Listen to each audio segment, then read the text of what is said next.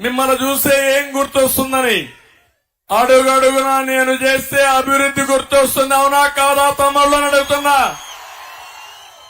మిమ్మల్ని చూస్తే విధ్వంసం గుర్తొస్తుంది.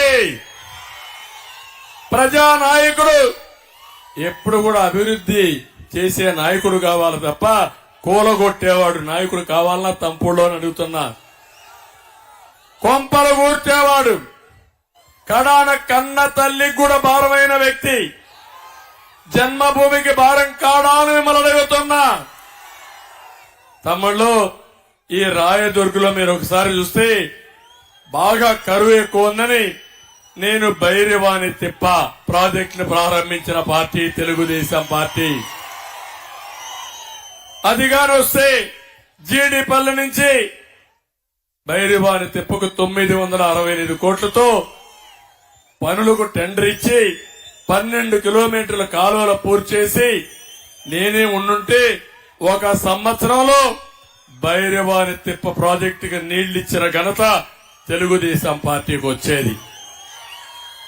గవర్నమెంట్ పోయిన తర్వాత 1 ఇంచు పని జరిగిందా మిమ్మల్ని అడుగుతున్నా. పూర్తి చేస్తారని నమ్మకం మీకుందా అని అడుగుతున్నా. దీనికి సమాధానం చెప్పాల్సిన అవసరం ఉందా లేదా అని మిమ్మల్ని అడుగుతున్నా. చేతగాని దద్దమ్మ ప్రభుత్వం ఇష్టానుసారంగా చేశారు.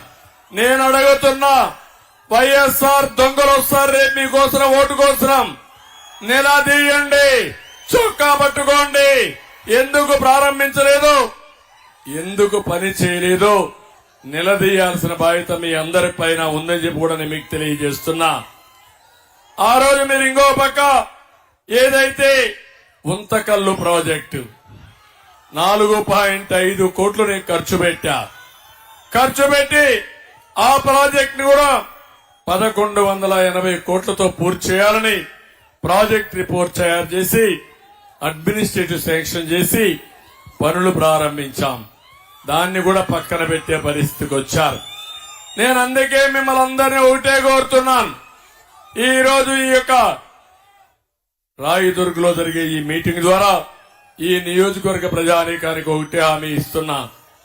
మళ్లీ రాష్ట్రానికి న్యాయం జరగాలంటే, ఈ రాయదుర్గ న్యాయం జరగాలంటే, అనంతపురం జిల్లాకు న్యాయం జరగాలంటే వైసీపీ పోవాలి, ఎన్డీఏ రావాలి, ఈ ప్రాంతానికి న్యాయం జరగాలని చెప్పి కోరుకుంటున్నా. ఒక్క విషయం నేను చెప్తున్నాను. ఈ రోజు మీరందరూ ఉన్నారు, అందరి దగ్గర సెల్ ఫోన్లు ఉన్నాయి. తమ్ముళ్ళు, సెల్ ఫోన్లు తీయండి. అందరూ కూడా లైట్ ఆన్ చేసి చూపించండి, నాకు సంఘీభావం చూపించండి. 2 నిమిషాల్లో అందరూ లైట్లు ఆన్ చేయాలి. అన్ని సెల్ ఫోన్లు లైట్లు ఆన్ చేయండి. ఇంకా వెనకానుండేవాళ్ళు ఇప్పుడు చూశారు మార్పు. నక్షత్రాలు మారిగా ఈ ప్రదేశం అంతా వెలిగిపోతా ఉంది. అది టెక్నాలజీ మహిమ. ఆ సెల్ ఫోన్లు కూడా నాంది పలికింది నేనే. 25 సంవత్సరాల కంటే ముందు ఆ రోజు సెల్ ఫోన్లు లేకపోతే టెలికమ్యూనికేషన్ సెక్టర్ ని డీరెగ్యులేషన్ కు ప్రయత్నం చేయడమే కాకుండా సాధించిన వ్యక్తిని. ఇప్పుడు మీ అందరికీ ఒక ఎక్సర్సైజ్ ఇస్తున్నా. అందులో క్యాలిక్యులేటర్ ఉంది. ఐడియా ఉందా మీకు? అన్ని ఫోన్లో క్యాలిక్యులేటర్ ఉంది. లెక్కలు ఇచ్చు, తీసేయచ్చు, కూడచ్చు, అన్ని చేయొచ్చు. అవునా కాదా? మాకు తెలిసిన వాళ్ళు చేలిపైకి ఎత్తండి. ఓకే, కొంతమంది తెలియకపోతే ఒక్కసారి శ్రద్ధ పెట్టండి. నేనిచ్చే ఎక్సర్సైజ్ ఒకటే. నేనిచ్చానంటున్నాడు. ఏంటి నువ్వు ఇచ్చేది? ఎక్కడ మీ తాత సొత్తా నువ్వు ఇచ్చింది? నువ్విచ్చింది ఎంత? నువ్వు బొక్కింది ఎంత? నువ్వు దోచుకున్నది ఎంత? నువ్వు దొబ్బేసిన డబ్బులు ఎంతో సమాధానం చెప్పమని ఈ ముఖ్యమంత్రిని అడుగుతున్నా. దీనికి మీ అందరికీ ఒక చిన్న ఎక్సర్సైజ్ ఇస్తున్నా. తమిళ్లో పెట్రోల్ డీజిల్ పెరిగిందా లేదా? కరెంటు ఛార్జీలు పెరిగాయా లేదా? మద్యం రేటు పెరిగిందా లేదా? నిత్యావసర వస్తువుల ధరలు పెరిగాయా లేదా? పన్నులే పన్నులు అవునా కాదా? సిమెంట్ పెరిగిందా లేదా? ఇసుక పెరిగిందా లేదా? అంటే ఒక జలగ మారిగా నీ రక్తాన్ని తాగేస్తున్నాడు ఈ జలగన్న. అందుకే నేను చెప్పేది ఒకే ఒక ఎక్సర్సైజ్.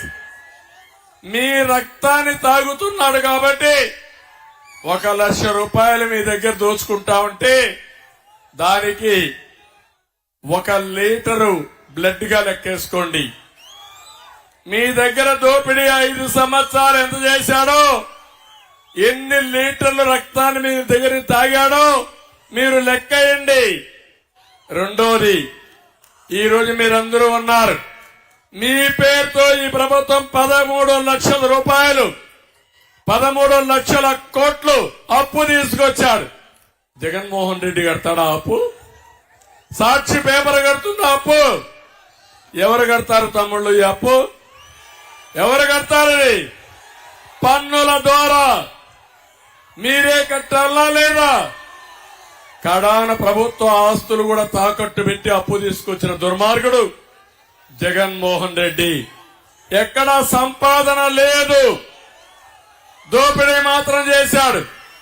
అందుకే నేను మిమ్మల్ని కోరుతున్నా, నేను ఈ అప్పుని 1,00,000 రూపాయలకు ఒక్కొక్క పువ్వు కింద లెక్కేద్దాం.